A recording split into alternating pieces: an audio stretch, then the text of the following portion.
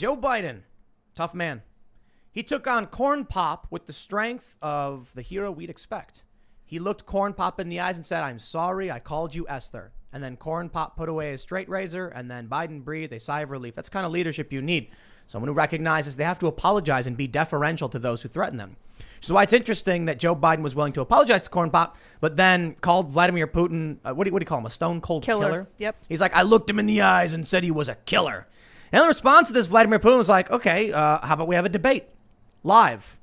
And that's the story right now.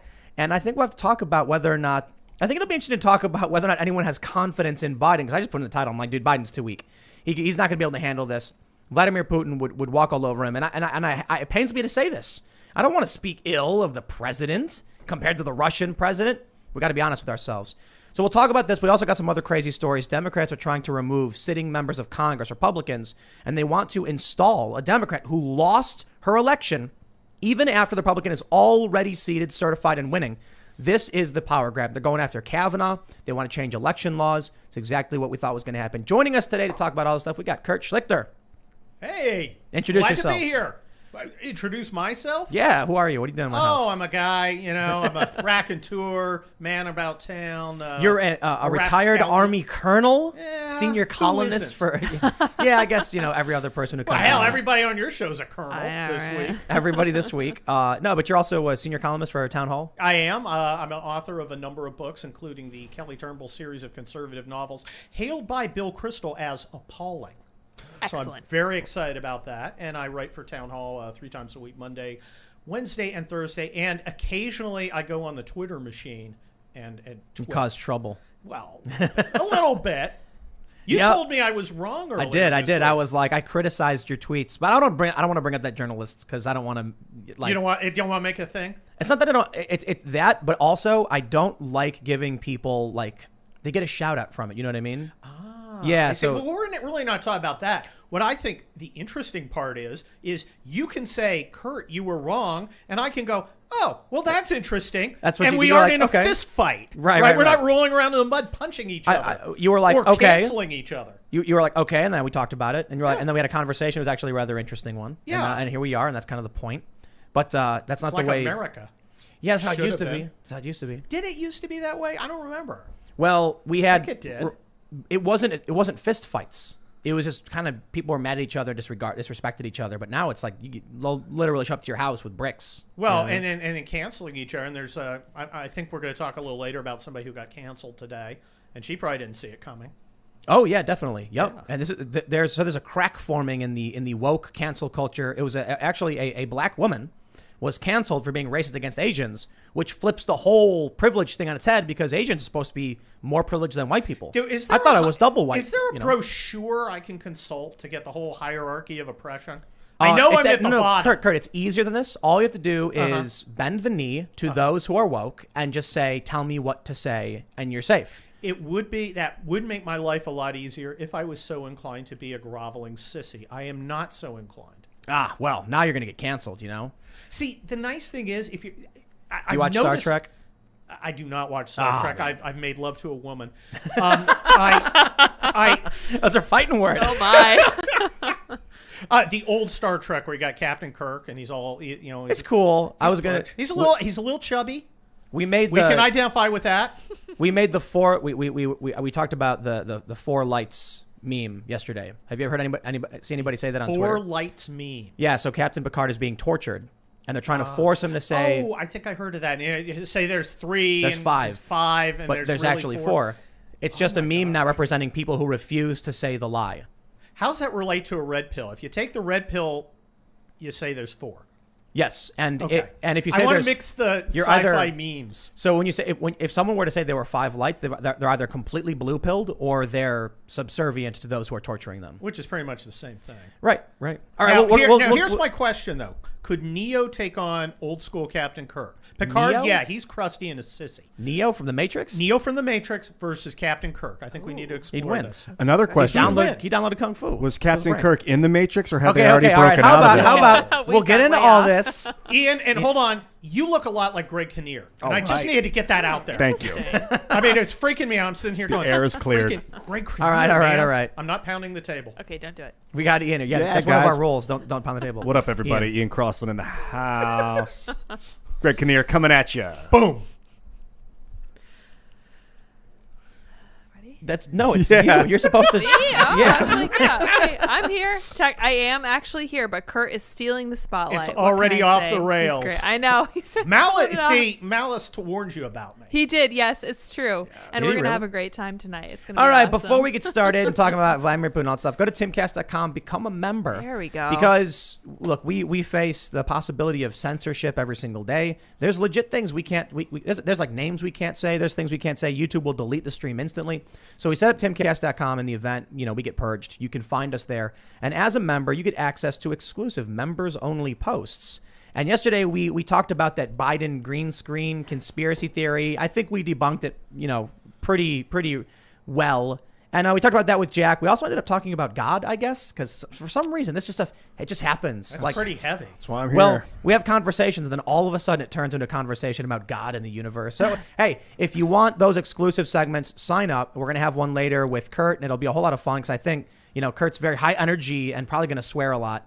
On the members only one, you're allowed to swear, right? Maybe. Oh, wow. Yeah. I better have another of those Starbucks espresso things. That's right. So also, don't forget to like, share, subscribe. If you do like the podcast, leave us a good review, give us 5 stars, all that good stuff.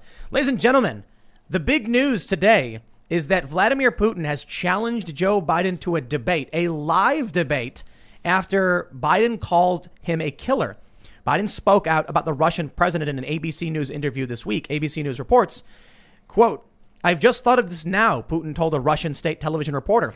"I want to propose to President Biden to continue our discussion, but on the condition that we do it basically live, as it's called, without any delays and directly in an open, direct discussion.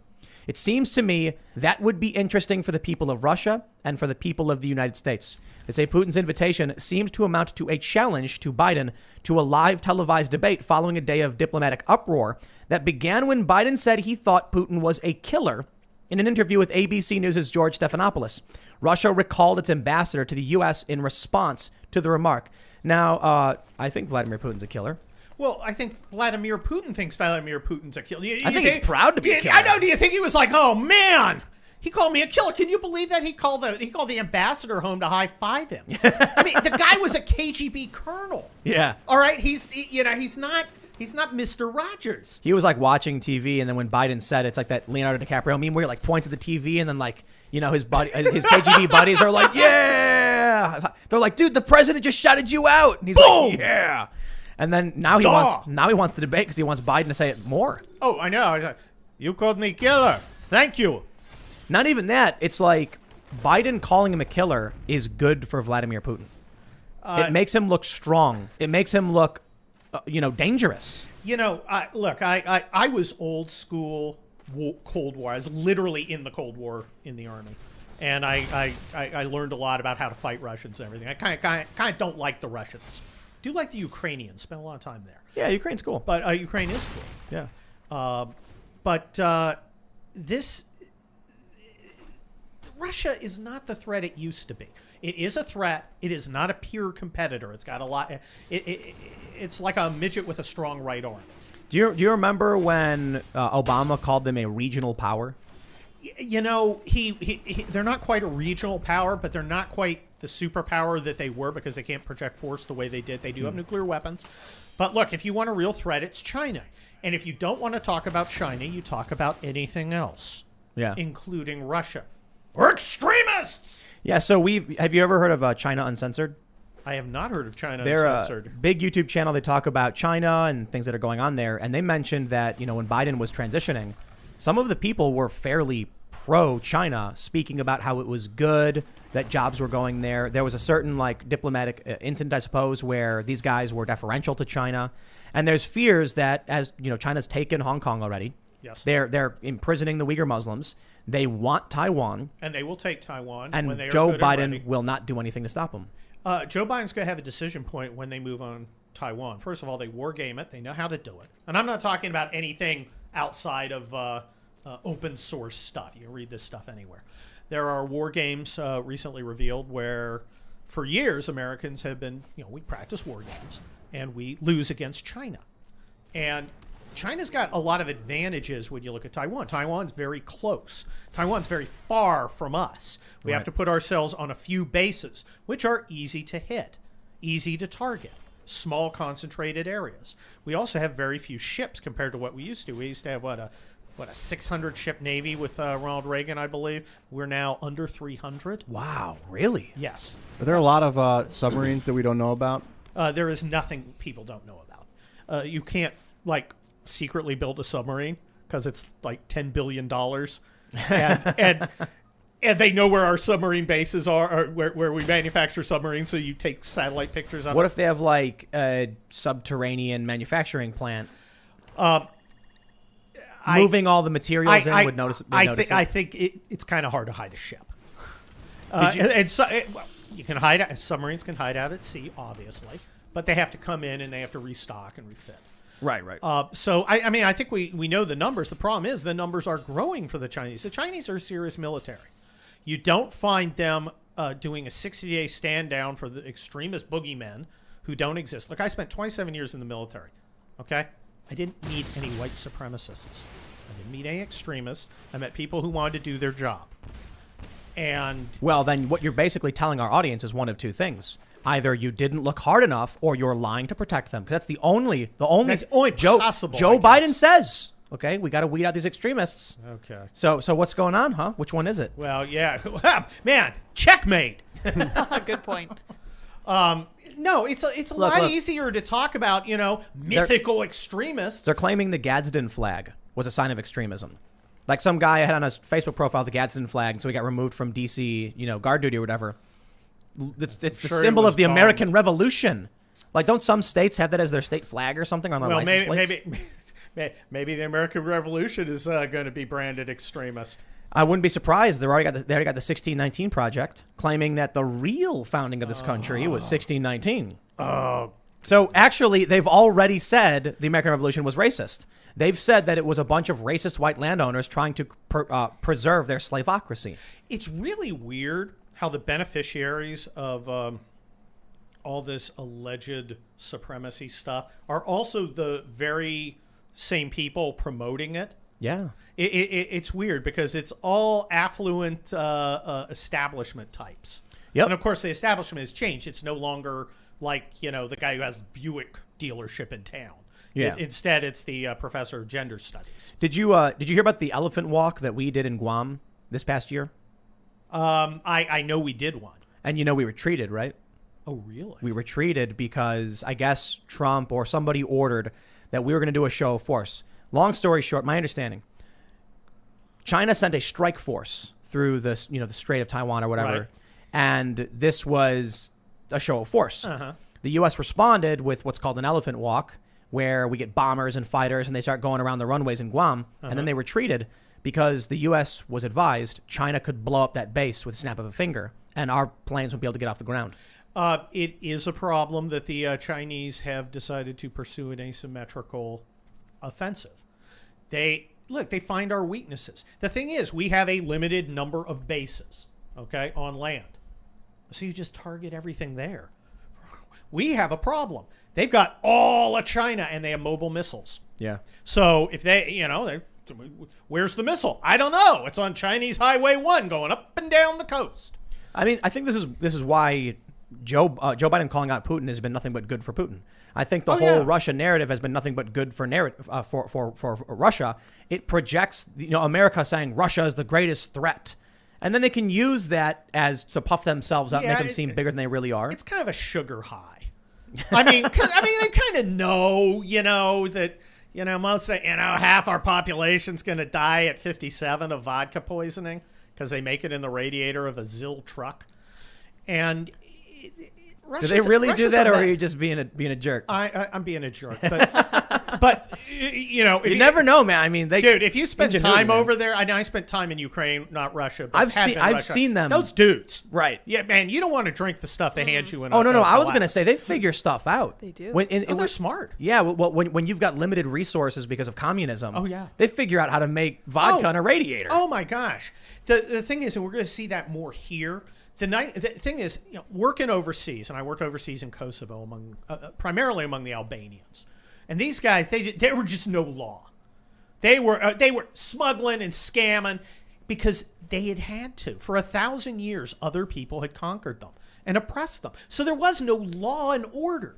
Right? These are not guys who stop at the stop sign at 3 a.m. in the morning when they're out driving. Americans will, because we're used to law and order. We're used to, well, if somebody breaches a contract, I'll go to court and my contract will get enforced. If somebody hits me with a bat, a cop will arrest them. We can't take that for granted, so we act as if there's law. Russians never did that because there wasn't. It was all arbitrary. Yeah.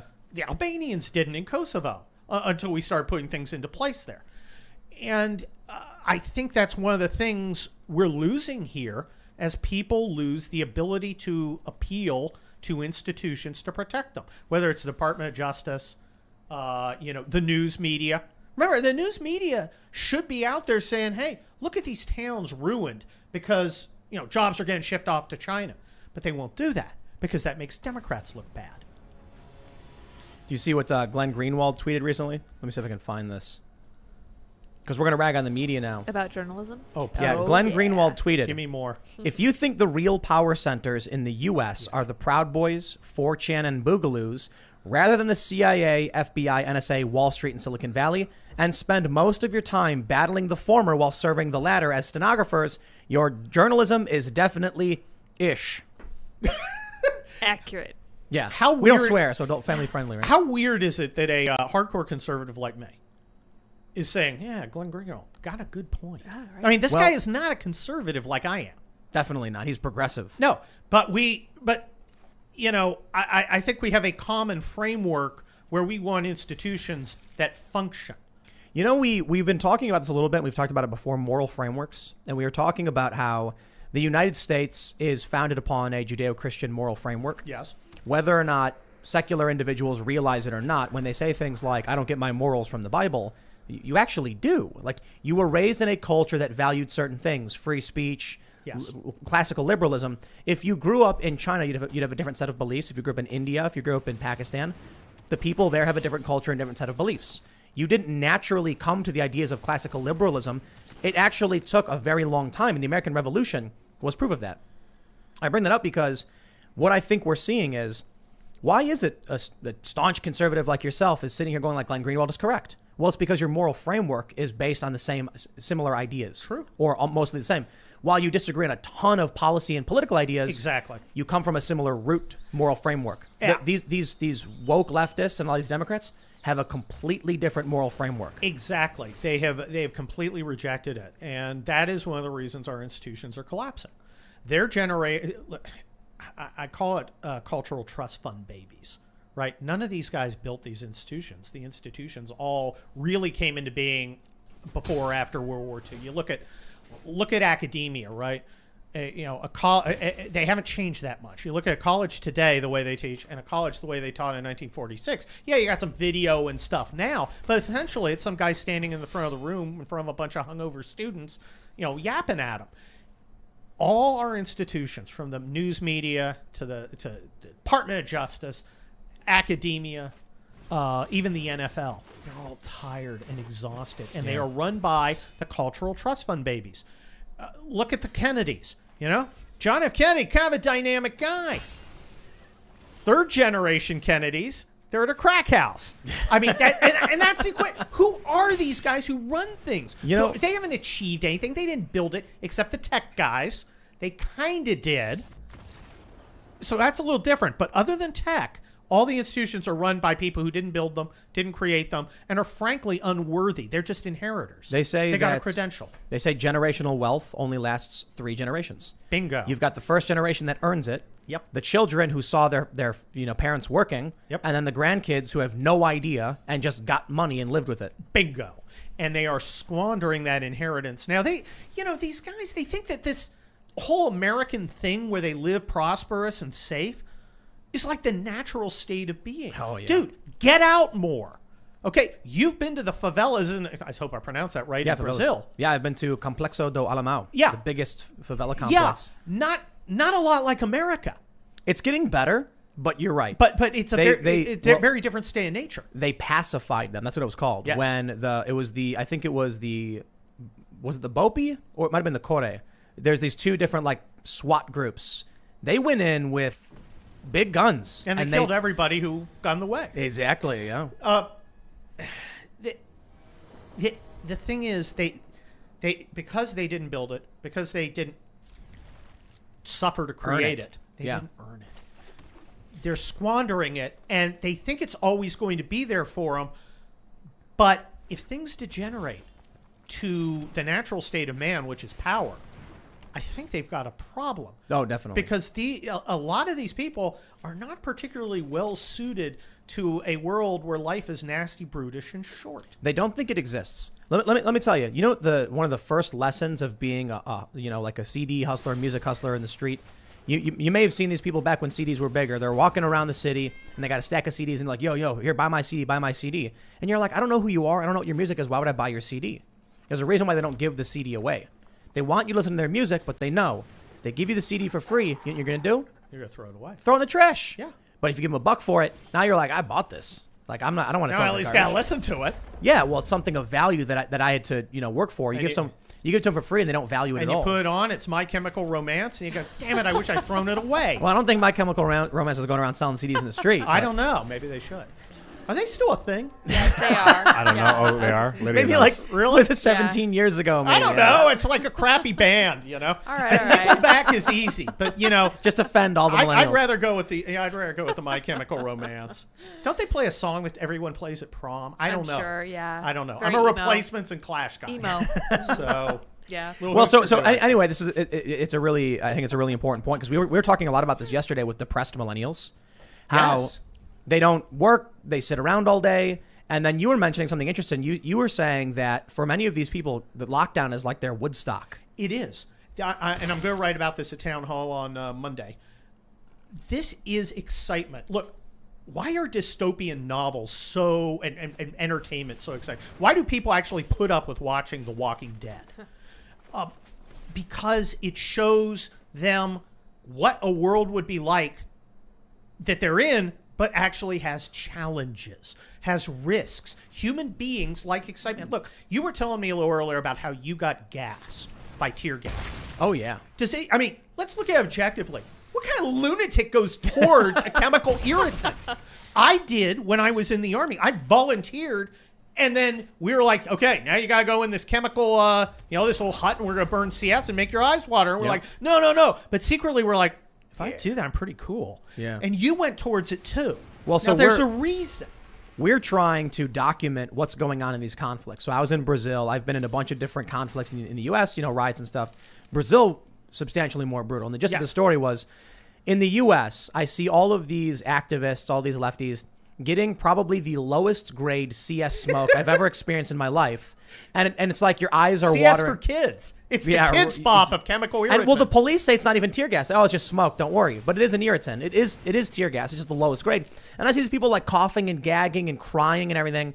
This stuff is nothing. When I was in Brazil, they used like the top tier military grade stuff that was so intense.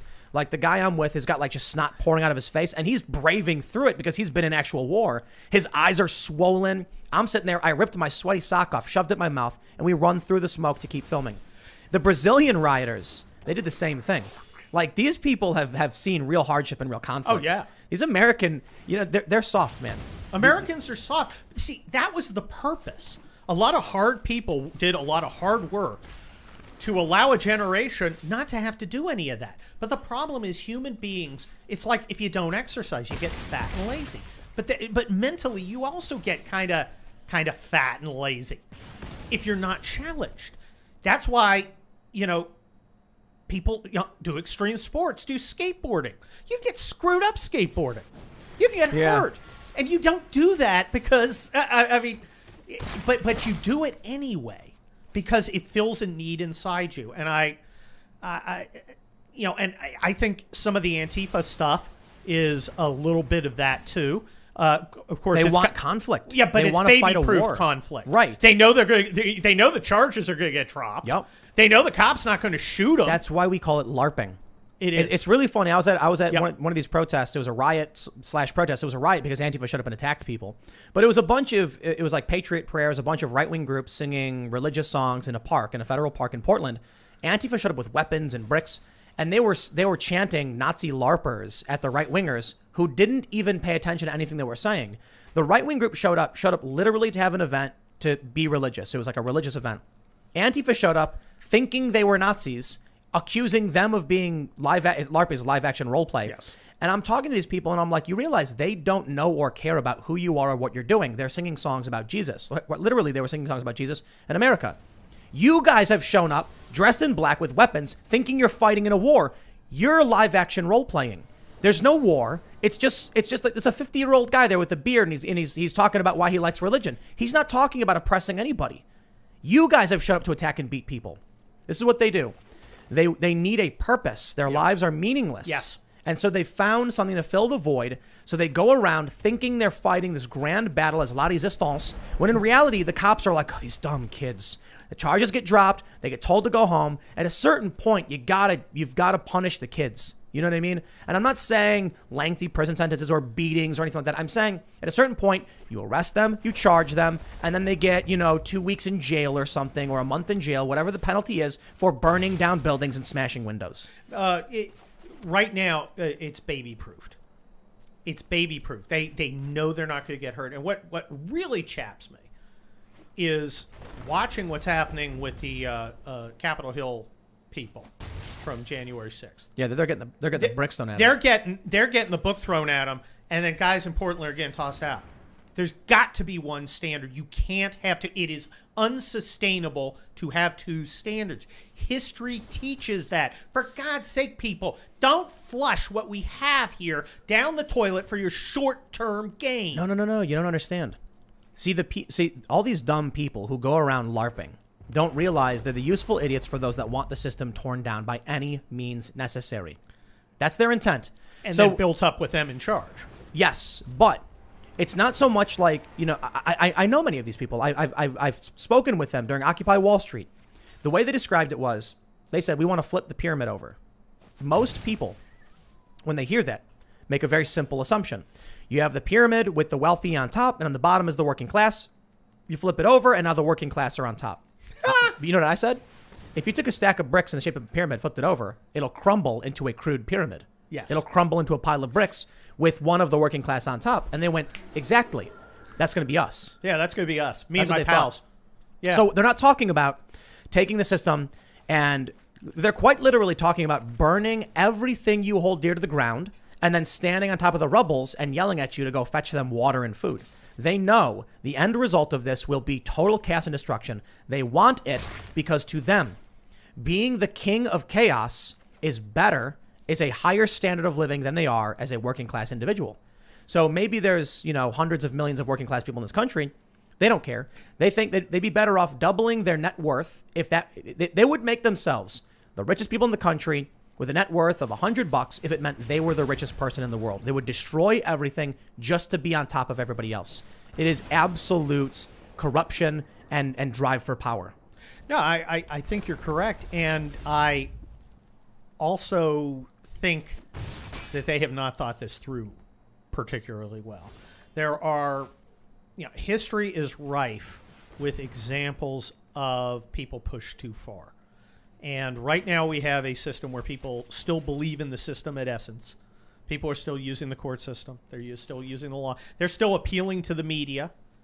And it doesn't always work, and it doesn't work the way it should. But it's not complete chaos yet.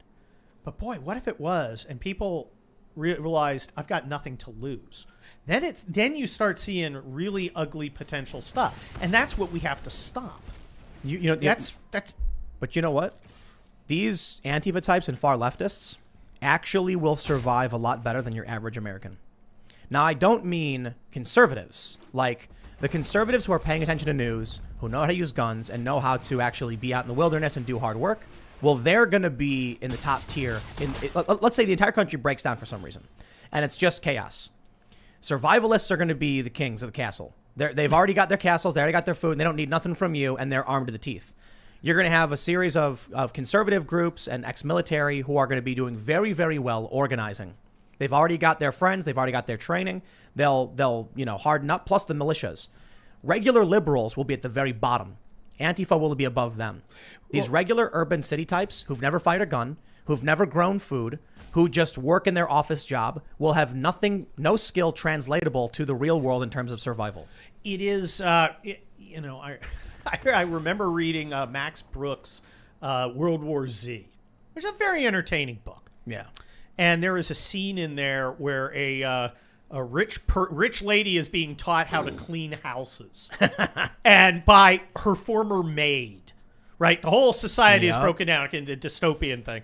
Society's broken down, and the maid is teaching this woman how to clean houses because everybody's got to have a skill because everybody's got to work. Okay, you can't be a diversity consultant anymore.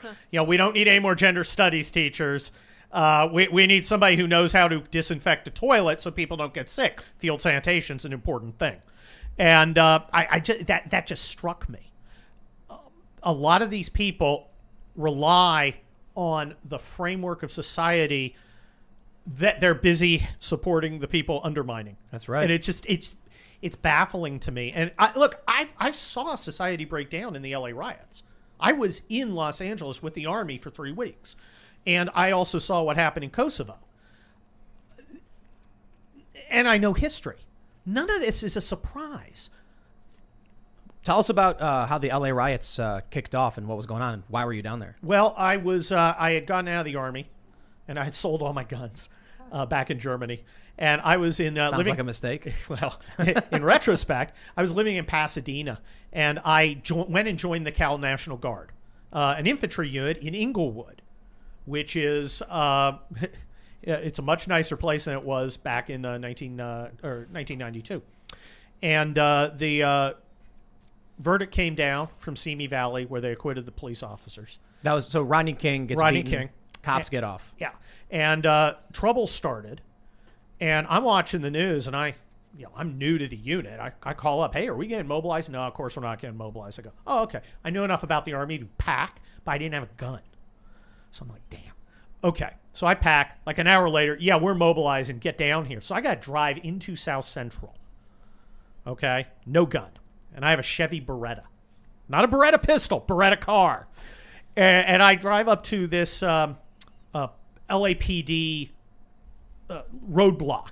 The guy's got a Remington 870 shotgun. He comes up to me and goes, what the hell are you doing here? I go, I got to go to my Army unit. He goes, what, you got a gun? I said, no.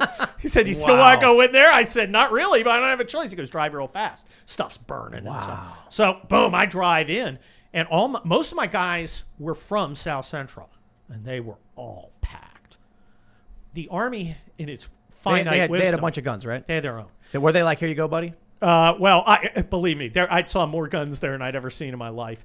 All the military ammo had been centralized at one location because it's easier to count that way.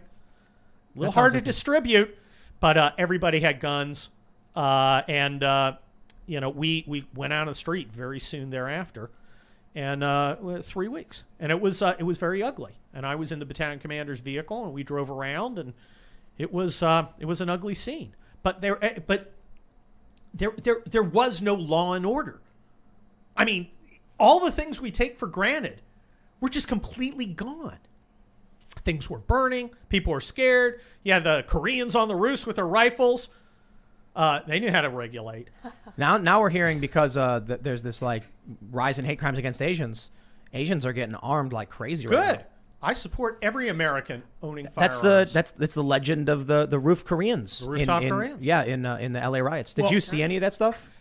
I don't remember. I don't think I was in Koreatown. Right. I lived in Koreatown briefly. It's Oh, crazy. okay. Crazy to imagine this. Like, I would go for frozen yogurt. I couldn't remember- imagine someone shooting from Well, the roof. remember, all these guys were rock soldiers, right? They're Republic of Korea. Everybody in Korea does a tour in the That's military. right. Yup, have So to. these, and they're tough dudes. I mean, they're a real military. They don't play games. Have you seen these photos? The dude's got a cigarette and he's holding the rifle Oh on the yeah, rooftop. These yeah. guys. He had a Me-14 and a cigarette. He's just smiling, and it's like and they all had military training, and they did Yup. not play. Nope. And people were like, okay, maybe we don't try and knock off this liquor store.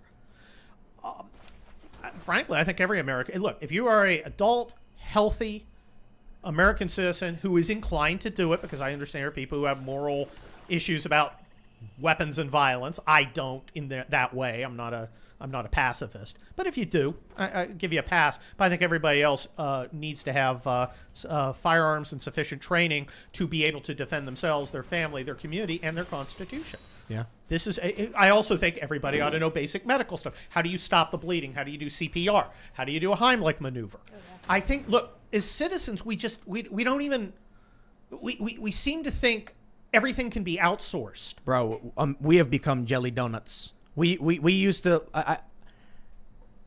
Does the average person know how to do CPR? Does the average person know how to tend to a bleed, tie a tourniquet? No. Any kind of basic survival, medical, fighting in any capacity. Like, I watch these videos of people getting into fights, and I'm like, what is he doing? Like, they're just like cartoon versions of fighting because people don't know the basics of defense of anything. Yeah, and this is not about being aggressive and going out and causing trouble. This is being able to do your duty as a citizen to have order and safety in society.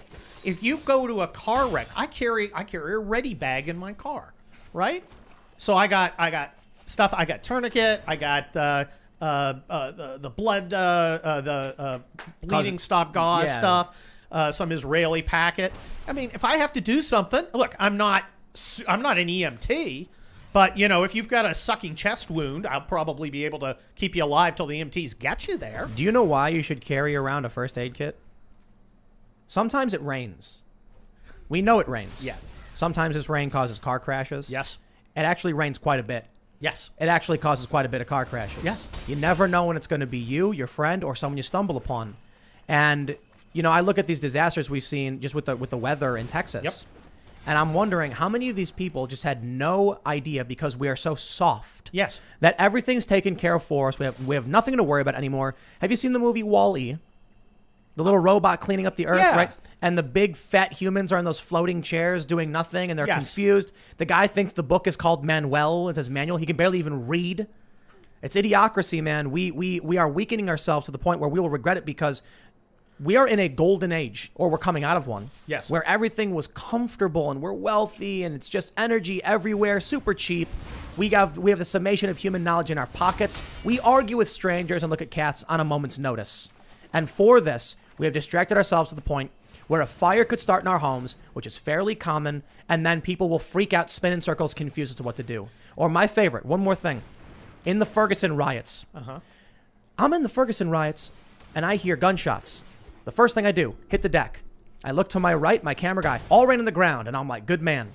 And then I saw that video from CNN where the woman is live, and they're asking what's going on. You hear gunshots, and she goes, oh. And she's just wiggling her arms in the air like she has no idea what's... I'm like, lady, get behind a building. What are you doing? And then she runs into a gangway between two buildings. And I'm like, it is remarkable they send these people out in the streets. I've watched so many journalists hear gunshots go off and go, those gunshots? And everyone's on the ground. And I'm like, bro, at least you can say when in Rome, right? If you watch people hit the ground after a bang goes off and you're not doing that, maybe there's something you need to understand about what these people in the community understand. Well, if they probably know a little better. And I like the way that you mentioned Rome, because see any parallels, and it's not a perfect parallel, but the Romans were the height of civilization, and when they were great in the early Republic period, in the early Empire, it was regular citizens who went out and made up their army. It was affluent citizens. You actually had a property qualification to become a soldier. You were invested in it. And you would go out and you would leave your farm and you would be gone for 10 years campaigning against Hannibal or whoever. And yeah, and there was greatness, and then that stopped, and they started saying, well, maybe Flavius, why should I go? We'll just get Hans from across the Rhine. He'll come. We'll pay him a few ducats, and he'll do our fighting for us. And pretty soon there was Germanic empires. Yep. And then when the conflict actually comes, instead of being like Spartans, like King Leonidas, killing the messenger and kicking him into the pit, they became the flailing CNN journalists going, oh, they're coming. They have spears. What do we do? And almost quite literally, when Attila came, they sent like a Roman priest out with a bunch of gold to talk him out of it, which he managed to do. Strangely enough. Well, so talking about the LA riots, like think about the people there who just took. Think about when everything broke down, who the people were who just went and took whatever they wanted. Those people understood survival, and when there was no rule of law, they said, I don't care, it's me or you. So they're going to go out and do whatever they want. Yeah. Well, it's interesting. I think if you look at a city like Los Angeles, imagine the Chinese take down our water system and our logistics system. Suddenly, the water pumps stop. The sewage system stops because they go in and they wreck the computer code. And the logistics system stops, so you're getting no food. 10, 12 million people with nothing to drink and nothing to eat. And you know what they're going to do? Oh, my God.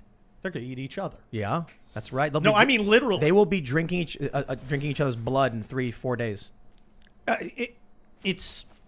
People don't get this, man. New York, 2.5 million people on Manhattan Island.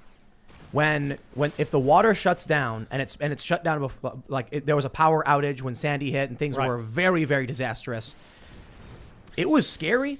It wasn't as bad. It was only a couple weeks, but I remember lines out the door of the bodegas, and they had two big guys with like baseball bats standing in front of the buildings, in front of these bodegas, because there was no electricity. It was all cash exchange. Yep. Everything that was perishable perished. And so you had lukewarm water and Gatorades and things like that. You could buy the dry goods you could buy or the canned goods. But imagine if it was sustained for longer than that. Things would get very scary very quickly. I still tend to keep my my cars fueled. Yeah. I mean, if it starts getting halfway to empty, I'm like, I just did yesterday. But it's just, I remember the wildfires in California, which we've had numerous stories of this. I commanded 2 battalions during the 2007 ones. What happens if you live in these areas and your car is on, an eighth of a tank and a fire breaks out? Yeah, you die. You die. That's why you keep your car fueled. That's why you keep your electric car charged if you have an electric car. And I mean, this stuff isn't super hard.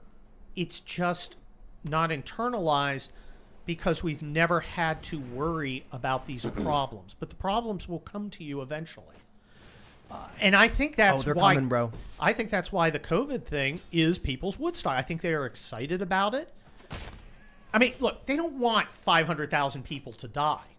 But it's kind of, there's a little risk, not much. I mean, if you're healthy, you're 99.5% going to survive. Life's boring. Life's boring. Something's now happening. It's exciting. I've got to wear a mask. I remember going into Trader Joe's, and my beautiful wife was with me, and we're looking around at people taking stuff off the shelves. They're not going crazy, but they're loading up, and the shelves were getting empty. And it was a little scary. I wasn't like terrified, but it was like, okay, intense. I'm intense. Other people, but people were excited about it, and they were actually behaving very well, and there were a lot of good humor. But it's something different. It's something new. I feel more alive. When I was in the riots, when I was in the war, even though I was so far in the rear after FedEx bullets to hit me, I literally ran a heavily armed car wash. So I'm not trying to come along as Pete Buttigieg or Dick Blumenthal or any of the war heroes. But when you're in a situation like that, when you're part of this kind of massive event that's historical and there's this little element of danger in it, it's exciting. Yep. And you remember it, and I'm not going to call it fun, but God, I wouldn't have missed it for the world. That's what drives a lot of journalism. The reason I wanted to travel around covering these stories was to experience these major historical moments. Yeah. And I always tell people, look, I've been skateboarding my whole life. I'm an adrenaline junkie. I used to jump off buildings when I was like 16. So you tell me I can go into a conflict zone and it's meaningful work that's important to a lot of people, and you can share their story and tell the world what's happening, and you're running full speed. You're like, it's intense.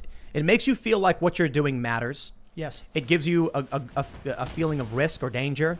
So you get a reward, mental reward after you've made it through these things.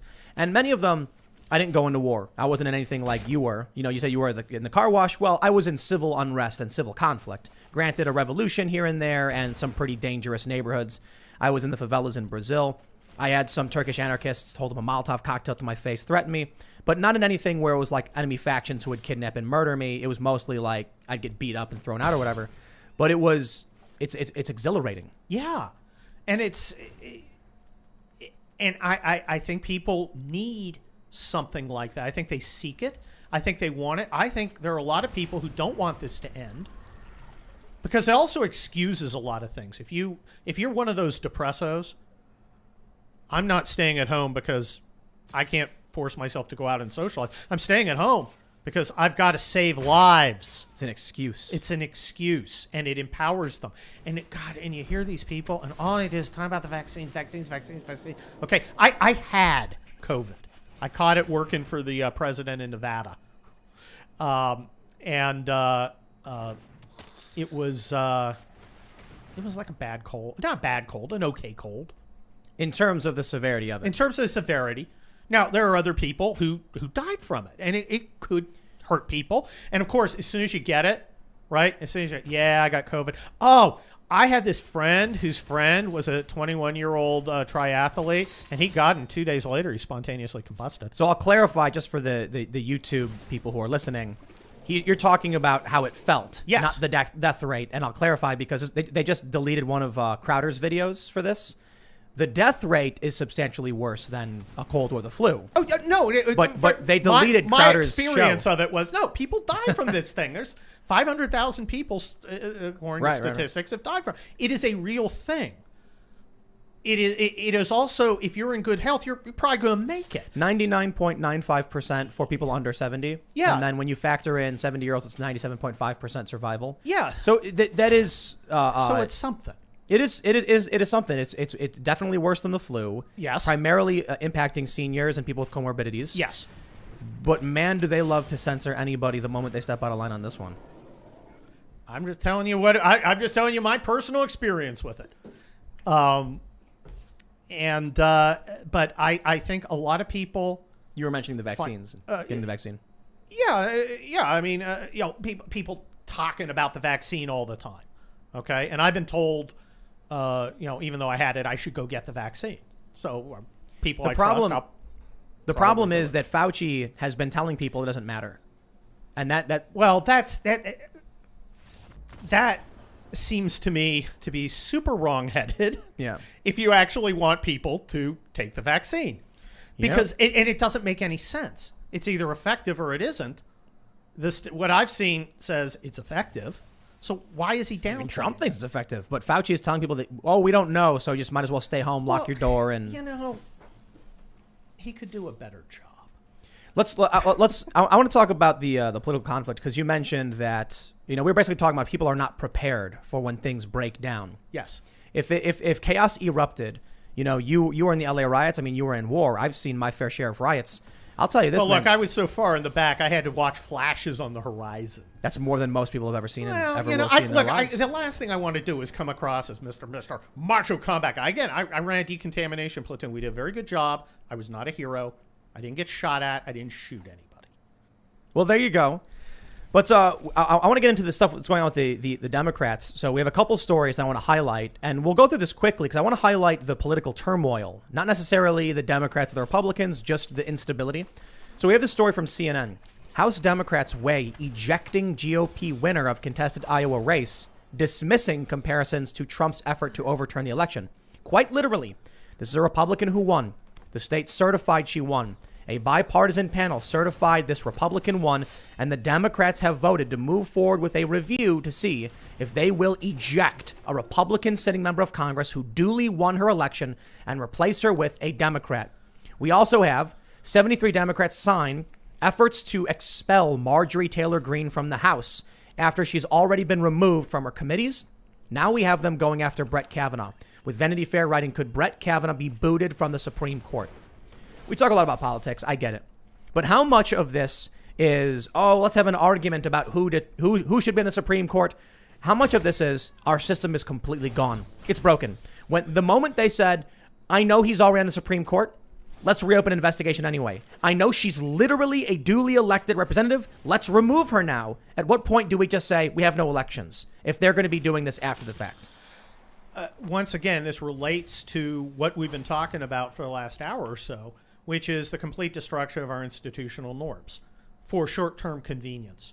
And it's always short-term convenience. Oh, well, Donald Trump, he's literally Hitler, so we've got to get rid of this whole objectivity thing for the news media.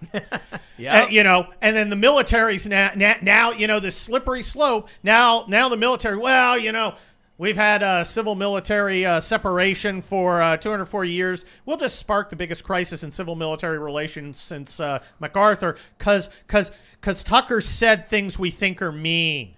He did say mean things, though, and those and we as very soft, delicate cookie dough Americans can't handle mean words. Words are violence. At least that's what they've been telling me now. So when I mean, look at us. We're sitting here talking about, you literally having dealt with the LA riots and having deployed and served in the military, much more than I can speak for. But I've been in riots as well. And I'm looking at a bunch of people that think words are violence.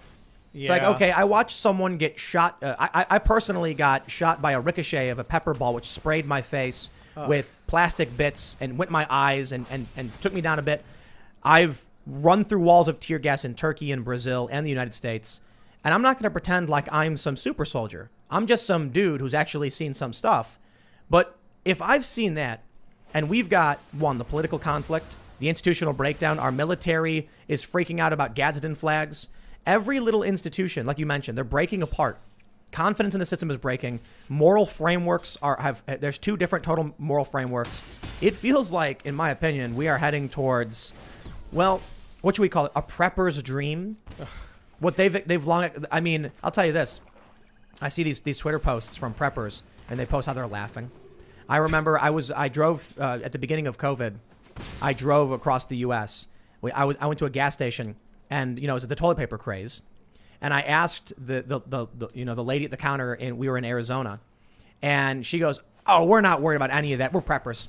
We got months worth of everything stocked up and always have. So we laugh at everybody when this happens." Yep. So I want to try and keep it wrapped up in just stemming into the political conversation. Vanity Fair is actually asking if they could boot Brett Kavanaugh because who was it? Was it a senator? Was it White House? White House said the FBI didn't actually do a legitimate review. It was fake. So they're trying to reignite. Yeah, they said that a lot of people were trying to send tips to the FBI about Kavanaugh, but apparently Chris Wray was classmates with Kavanaugh, and they're both members of the Federalist Society. So Wray didn't actually do the investigation. They're trying to get pretext, it seems, to remove a Supreme Court justice, to remove 2 GOP reps. They already took Marjorie Taylor Greene off of her committees. I bring this up just to talk about the institutional decay, to say, like, at what point does this stop and do we recover?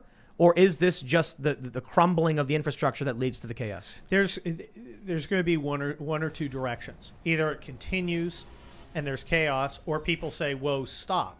Now, we saw that young lady canceled today.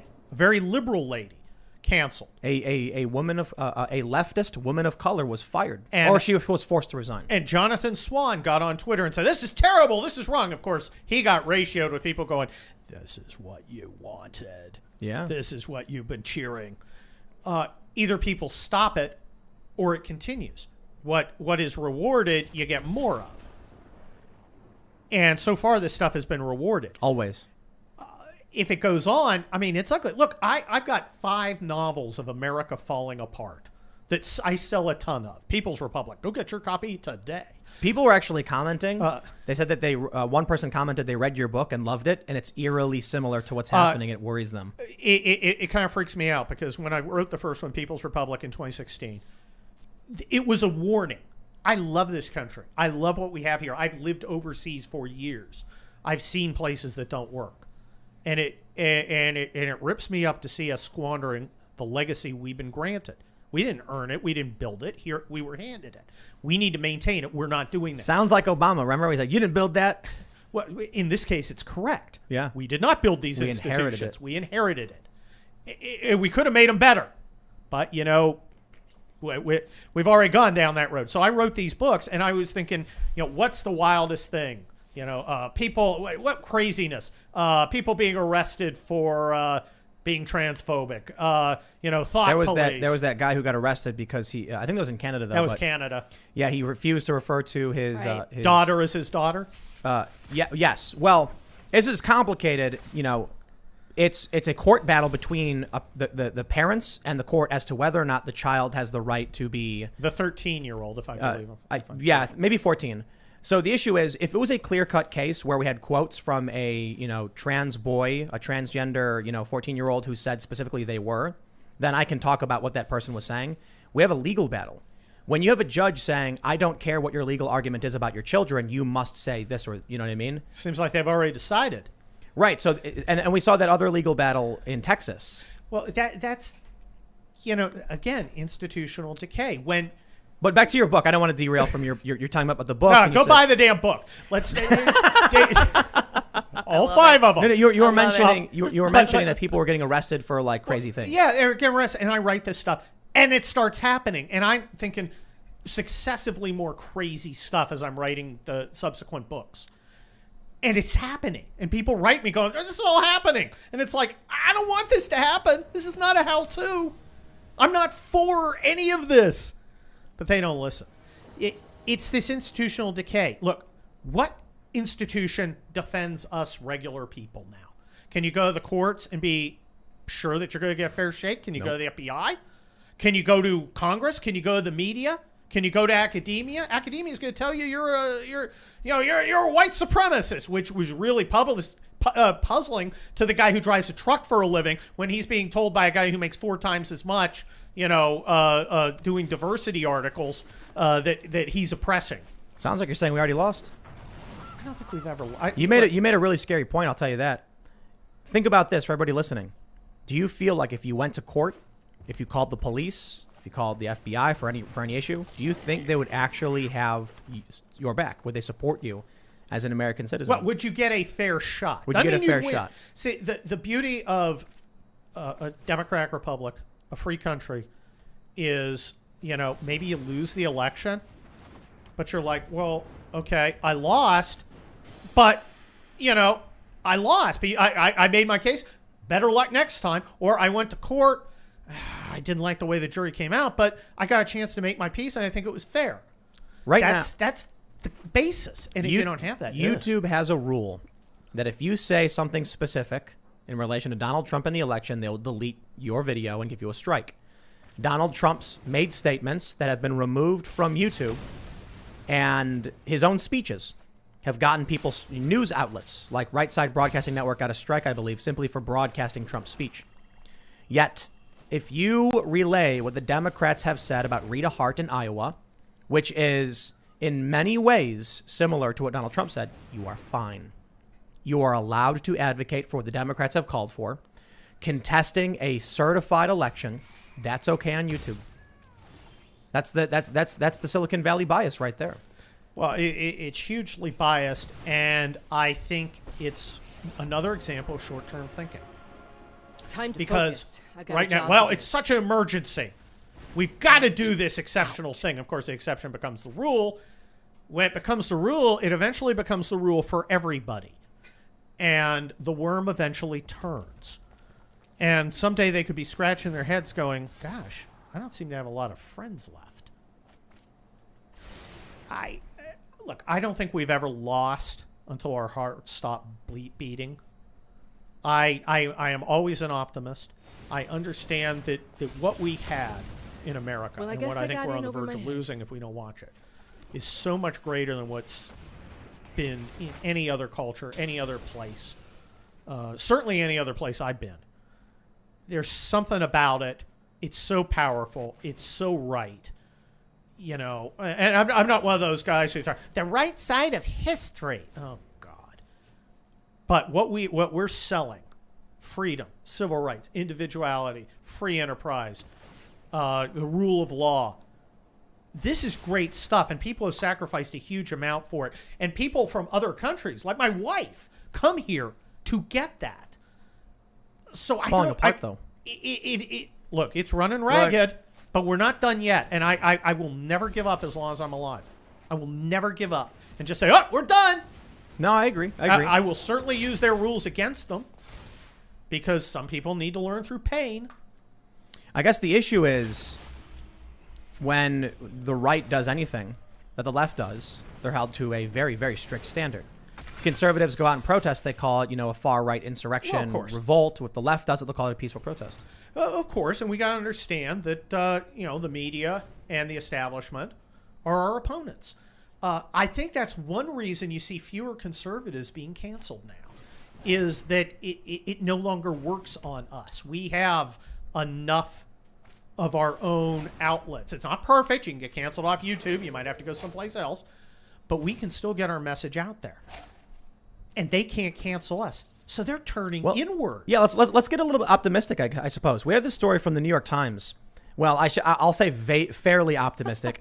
Teen Vogue editor resigns after fury over racist tweets. The hiring of Alexia McCammond, who was supposed to start at the Condé Nast publication next week, drew complaints because of racist and homophobic tweets she had posted a decade ago. Alexia McCammond is a black woman. I believe, I don't, the news calls her a female, person of color or whatever, but I believe she's black. Yeah.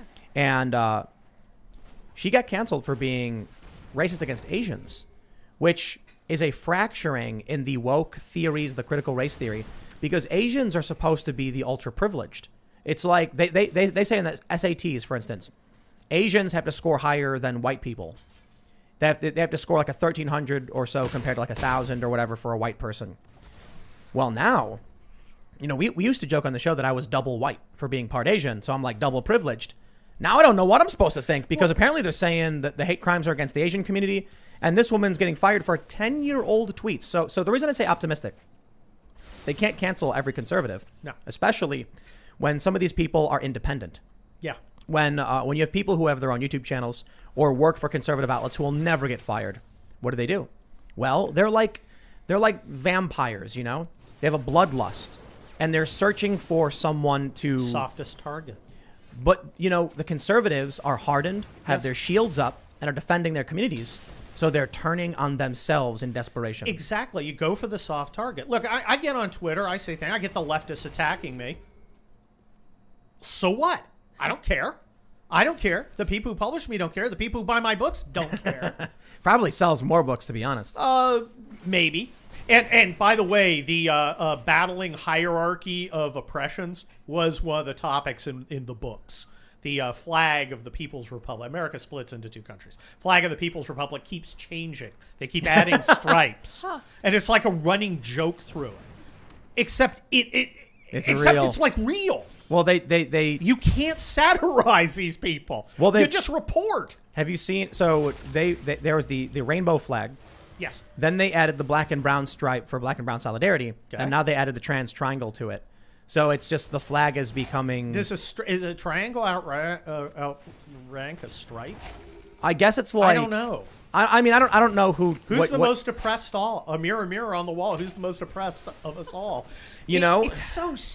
God, the thing is, even I fall into making the mistake of calling it stupid. It is stupid, but that's beside the point. It's insidious. Yeah, I'm not going to be able to talk. Look, you can't reason them out of it. You can't sit there and go, it's stupid to hold people's immutable characteristics as defining them. It's stupid. It's also immoral and wrong on every level. You're religious, secular, every level. It's terrible. Now believe what I do, and they're like, no, I get power from it. Screw you. Yeah. Or you're not in the tribe, so I reject whatever it is you're saying without evidence. It's just, it's agony, but I think more and more people are coming around on it. 30 years ago, we were talking about politically correct stuff. Yeah. I remember Bill Maher had politically incorrect on ABC, got fired for being politically incorrect. It was like about 2000. In 1986 or 7, I was an editor of the UC San Diego California Review, which was a conservative paper. And we had a picture of one of us sitting there going, here, my friend Pete is drinking a glass of politically incorrect Coors beer because the Death Coors is guy gave inevitable. money to right-wing things. So It was being used, 35 years ago. Stay gone. And but it was kind of a niche thing for conservatives. Conservatives whined about it. I mean, it's right to whine about it, but they're still whining. Now, it's infecting normal people's lives, and they don't like it. And you saw with President Trump, he got more Hispanic voters. Oh yeah. Because like Hispanic male guys, they're like, I didn't sign up for this. You know, I didn't wonder. sign up for this garbage. I wonder if the infighting, people canceling themselves. I'll tell you this: this woman resigned, right? This Alexia McCammon resigned. It's worse than that. We reported this before, but a 7-figure advertising deal was pulled because the employees were complaining about their new boss. So the company effectively canceled itself. You understand? Like, this is amazing. Millions of dollars. I don't, the thing that really got me was the New York Times with Tom Cotton. Oh yeah. Where you had a senator writing an article, which I disagreed with, by the way. I actually wrote my law review article on the use of military force in support of civil support operations. I'm largely against it. I think the military is unsuited in most cases when it's not an emergency. Neither here nor there. He writes an article that says we should use military forces to suppress some of the BLM rioting. You won't get away so Antifa easily. rioting. Okay, a position about half of Americans take. He's a Republican. Yeah. So they run this thing. The news, the woke kids at the New York Times go nuts.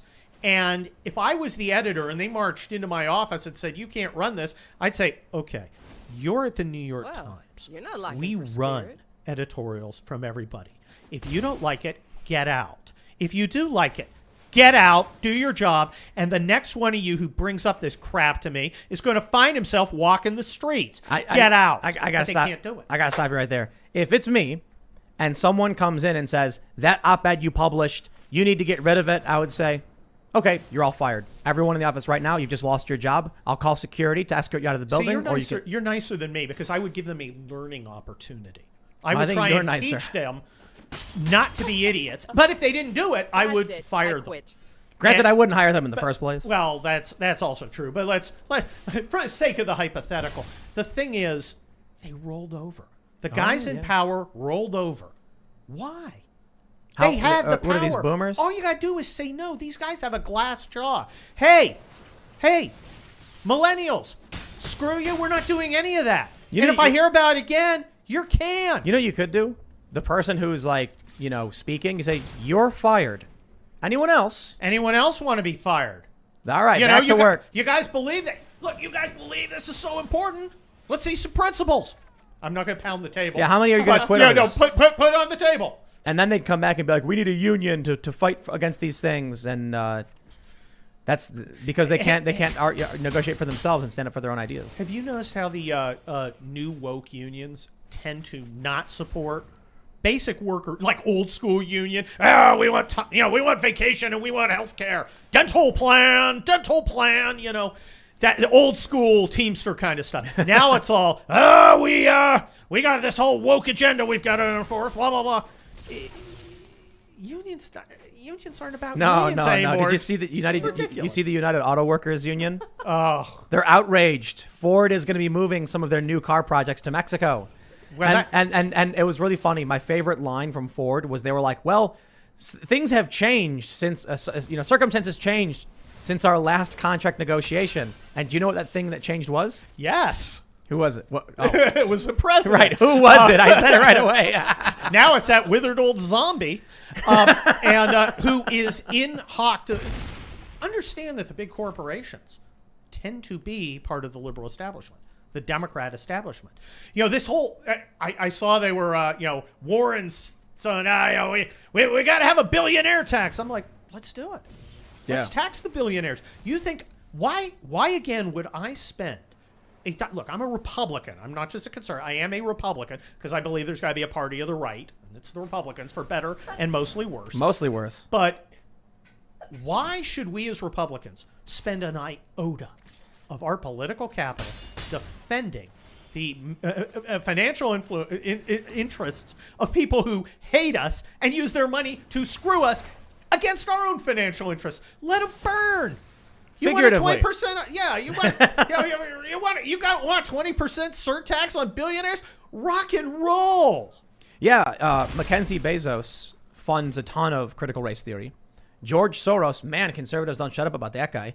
So when I hear that stuff, I'm like, who cares about billionaires? So I tweet out, like tax the rich, and all these I saw that. all these lefties are like, based Tim? Like Tim's a lib? And I'm like, dude, I've always talked about progressive taxes. Tax the billionaires. I don't care. There's like, how many of them in this country? A handful? Well, look, there's 300. Look, if I wanted to get back to my basic conservative principles from when I used to read National Review unironically, and God help me, Weekly Standard before it became a cheesy cruise brochure. I would say, I want a smaller government. I want people paying less taxes because that starves government. That's a principle. But I have another conservative principle, and it's a more important one. It's I will accept no principle that makes me less free. And unfortunately, you get all these conservatives. Well, it's a private company. Can't do nothing. That sounds like the Democrats right now. Well, it's like, yeah. And it's like, well, yeah, but I kind of don't like them screwing with me. And if you use your power against me, I'm going to use my power against them. And if we're going to play the principles game, I say they go first. Stop screwing me. The weirdest arguments, I have with objectivists or libertarians. We had a river so polluted it started on fire. What was it? There was a Cuyahoga River. Cuyahoga, Cleveland. 70s, I think it was. And then we had a regulation to be like, okay, how about you can't dump that much pollution in the water? We got to regulate how much you're doing. Basically, all these different companies are saying, don't look at me. I only dumped, a tiny fraction. It's like, yeah, well, when all of you dump at the same time, it makes a big mess and bursts into flames. When our water is on fire, we got problems. That would be an indicator. So I grew up with this stuff. I've always been in favor of regulating companies that get out of control. And I also believe in some form of regulation against government when it's out of control. Yes. The problem is the government has a monopoly on force. So how do you deal with a broken government? That's tough. However, I'm not going to ignore when billionaires are exploiting the system and taking advantage of the working class. My thing is, I don't care if you're a billionaire, bro. Like, people talk about taxes, and I made a joke where I said tax the rich, right? And then a bunch of people were like, look in a mirror, bro. And then I quote tweeted myself, me and Bernie will share I said arrest the rich as a joke. And then I was like, me and Bernie will share a cell. I'm writing my 6th book, and I'll give you a preview. I have a joke about there's a statue of Bernie Sanders, the late Bernie Sanders, because he passed away when he dropped his bong on some copies of Socialist Workers, and it caught the house on fire, but the fire department went to the wrong mansion. And it's a sad thought. Look, no one does better under communism than the cadre. Yeah. Right? I mean, and there are a lot of Mensheviks running around Democrat Washington. A lot of these guys, it's like your own people are going to put you against the wall, figuratively. I mean, they openly say, these people tweet these things. I know. They look. When I hear about Bernie Sanders having multiple houses and millions of dollars, I'm like, I don't care. What are his principles? Is he in favor of working class people having rights or not? Well, arguably you can say yes, there's some ideological split, but it's fine. Okay, I think Bernie sold out in a lot of ways. But then I look at Soros, the Koch brothers, the Mercers, Jeff Bezos, Mackenzie Bezos, Tom Steyer, Michael Bloomberg. Why do these people get to shut down the voices of the working class with their massive wealth? And not only that, but the establishment that they embody has been a disaster to the American working class. I wrote another book, a nonfiction called Militant Normals, about normal people getting angry at what's happening. And I told the story of a guy who was a Marine, and he comes home, fictional, and embellish it, but basically, he sees his job sent to another country. And a guy who looks like Mitt Romney drives up in a limousine and says, well, you guys, you can basically learn to code. Build some solar panels. Build some solar panels. Gotta go. I gotta be at the club. And why were Republicans allowing the heart and soul of our country to be screwed? They were being screwed. What is the principle that requires the impoverishment of the people who make up the American middle class, the one who built this country, feed it, fuel it, defend it? And I don't see it. And I got to give Donald Trump credit for opening the eyes of a lot of people by saying what needed to be said. He's up there. There's one guy. He's one guy. There's 16 other guys who are all talking about basically the same stuff George Bush was talking about. And Donald Trump's talking about the real problems that people are talking about. Our jobs going away, our culture being hollowed out, wars that don't make any sense. Again, I'm not a pacifist by any means. But, you know, as I pointed out in my article today, you know, the military's pretty angry at Tucker Carlson. But Tucker Carlson has won as many wars as they have in the last 20 years. He's also lost fewer. That's right. And who pays that price? It's not the sons and daughters who go to Harvard, Westlake, and West LA. It's the paratrooper from Omaha. Hey, well, look, you know, we're really good at building infrastructure in Middle Eastern countries and really bad at building it here. Look, I'm driving around the car. What the hell? You know, the Afghanistan papers that the Washington Post published should have been a scandal on par with the Pentagon papers about the disaster in Vietnam. And it just kind of went poof. What were they? It basically talked about all our mistakes in Afghanistan after 20 years. A war we have not won after 20 years. The waste of money, the waste of lives, the flawed strategy. It's been a disaster. And look, I wasn't against Iraq going in. And Iraq went really well for about 2 months. No follow through. Strategy is not just about winning one battle. Strategy is about achieving objectives, big objectives. And there was no strategy. I mean, I literally they literally sent me to the Army War College to get me a degree in strategy. I must have made a mistake because I listened. You know, I mean, I took it seriously. And I'm looking at this, I'm going, okay, these things violate everything I was taught about strategy. And I just, you know, avoiding the hard questions. When you have full colonels, colonels, tomorrow you're going to brief us on America's greatest threat. You know, what is our greatest strategic threat? And then the next day you will brief us on your strategy to address it. Basic kind of war college-y thing. And this is a story somebody from a different war college gave, but it tracks with my own. The first day, 50% of the teams of colonels briefed climate change.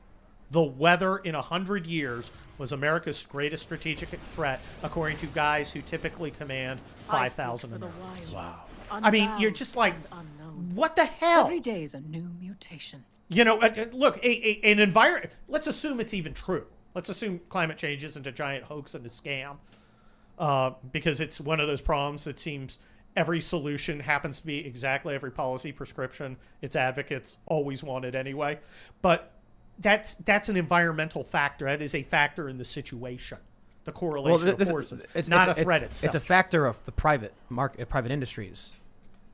If we've got all of these different companies polluting and individuals driving cars, the military is not going to solve that. It's going to be legislative. No. Or it's going to be cultural. Well, it's just like, what do you think the military ought to do? Stop, not have M1 tanks because they bust out gas? No. They have to storm the beaches of, Greenland, San Pedro, and New York to shut down the importing of all of these petrochemical-based products.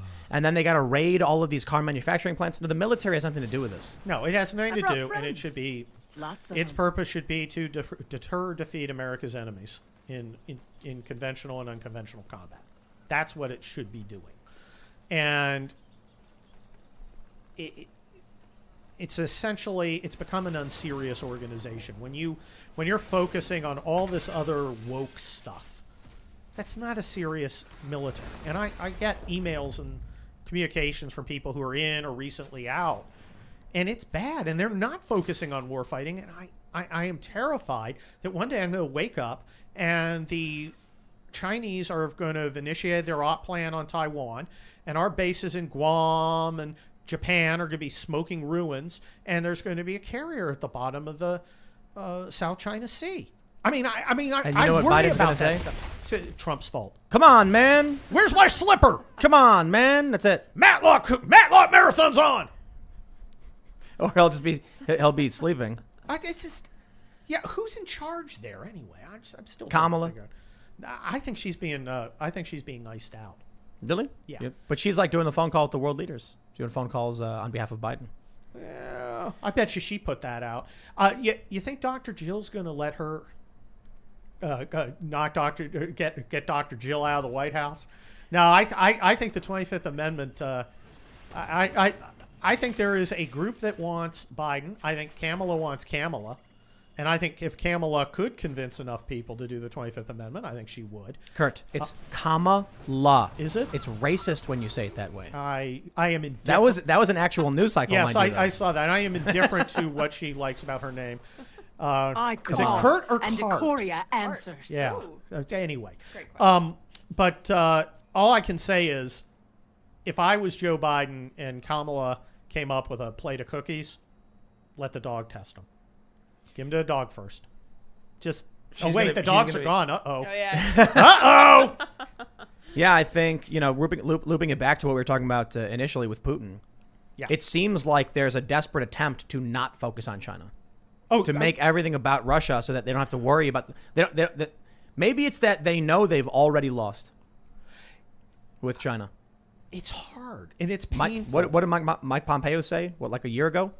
We've been infiltrated at every level by the Chinese Communist Party. No, that is true. I mean, look at Disney. Hollywood's sucking up to them. Our industry sucks up to NDA. them. Well, where do you get your rare earth metals? You could theoretically get them from basically anywhere, but for Yes. some reason we just don't. No, we don't. We now also don't get our oil. Or from when we could. or our vitamin C or our antibiotics. It's Even our masks are made in China. I hate using the word globalist because it it brings up pictures of guys in basements somewhere, with lots of post-its and tacks of What is it? Crime yarn web? from each Conspiracy other. web? Yeah, I mean it's just nuts. But people who we made a mistake, and I bought into it too. A little bit. I thought that the Chinese might come around through free enterprise and slowly become more like us, not just in economics, but in individual free. It didn't work out that way. Guess I didn't understand. Guess a lot of us didn't understand the Chinese. But here's the difference. I've seen it ain't working, and I've decided it's time to change course. There are a few of us. The people who still want to go on with the fantasy that if we're only nice enough to China, it'll be nice to us, are not serious people. Yeah. I think some of them are compromised. I think there are a lot of people with business interests in China, and I'm not thinking, oh, well, give me $5,000, I'll say whatever they want. I'm thinking, they gave me $5,000. These guys aren't that bad. I mean, they can just give me some money. I think it is a lot easier to address a problem that's not as problematic, Right? like Russia. It's like, there's a talk about how cops will prefer to go after petty crime instead of serious crime because it's easier to deal with and it occupies their time. So pulling over someone for blowing a stop sign versus rushing full speed to what looks like someone getting mugged. It's like, so there are complaints about things like that when government approaches a problem, they take the path of least resistance to make it seem like they're working. Well, yeah. I mean, that's just human nature. That's to be expected. That's why you need exceptional people. We need a Harry Truman, not a Joe Biden. Yeah, Joe